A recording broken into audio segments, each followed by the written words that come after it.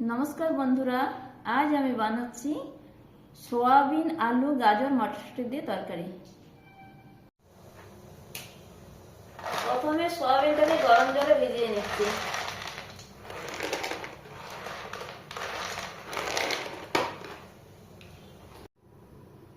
সোয়াবিনটা তেলে একটু ভেজে নিচ্ছি। তেলে ভেজে দিলাম, লবণ দেব। সোয়াবিনটা হালকা করে তেলে ভেজে নিচ্ছি। জলটা ঝরিয়ে নিয়ে সোয়াবিনটা একটু ভেজে নিচ্ছি হালকা করে। সোয়াবিনটা ভেজে নেওয়ার পর কড়াইয়ে তেল দিলাম।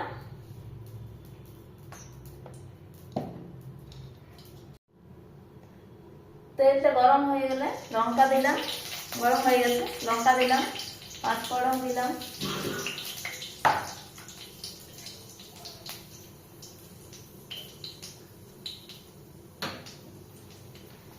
পেঁয়াজ কুচি, রসুন কুচি দিচ্ছি।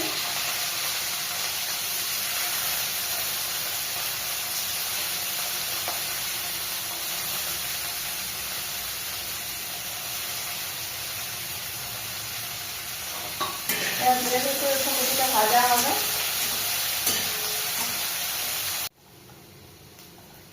এবার পেঁয়াজ রসুন ভাজা হয়ে গেছে। এবার আলু, গাজর, মটরশুঁটি দিয়ে দিচ্ছি।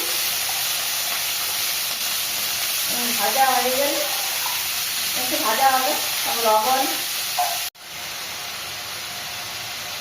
আলুটা ভাজা হয়ে গেছে, এবার লবণ দিচ্ছি। লবণ, হলুদ দিচ্ছি।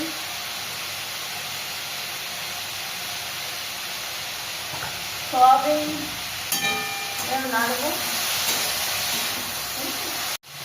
হলুদ, লবণটা একটু মিশিয়ে নিচ্ছি আলুর সাথে।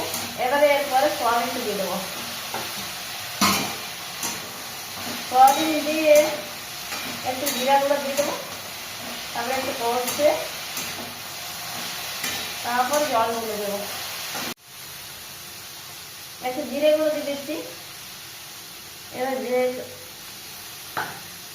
এবার নাড়বো, একটু ভাজা ভাজা হবে, তারপর জল ঢেলে দেবো। ভাজা হয়ে গেছে আলু সয়াবিন ভাজা হয়ে গেছে। এবার জল ঢেলে দিচ্ছি, জলে সিদ্ধ হবে।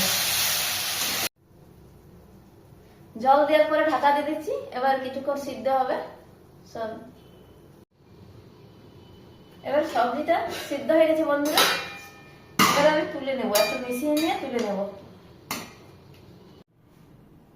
এই হলো সয়াবিন, গাজর, আলু, মটরশুঁটি দিয়ে তরকারি।